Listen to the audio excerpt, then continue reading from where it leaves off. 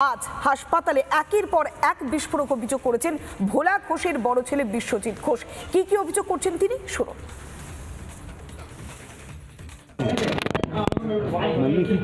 দাদা ঘটনাটা ঘটলো কি? মারার প্ল্যান এই যে ভেতরে আছে 9টা 5-এর ভিতরে পারমিশন করে বলে চক্রান্তটা কে করলো? আমি খুবই আমি ভিডিও করবো না, একটু চিন্তা করলেন ভিতরে যে আছে ওখান থেকে ঘুরে এসে আমার সবাই ইনচার্জ আছে আর যে করতে এসছে তার সবাই দিয়ে গেছে। আমি এখানে 5-7 দিন একটা হালকা খবর পেয়েছিলাম, কোর্টে যাবো দিদি বেলায় গাড়ি নিয়ে এই প্রোগ্রাম থেকে বুঝতে পারছি সব আপনাকে হোয়াটসঅ্যাপ লিখে পাঠাচ্ছি।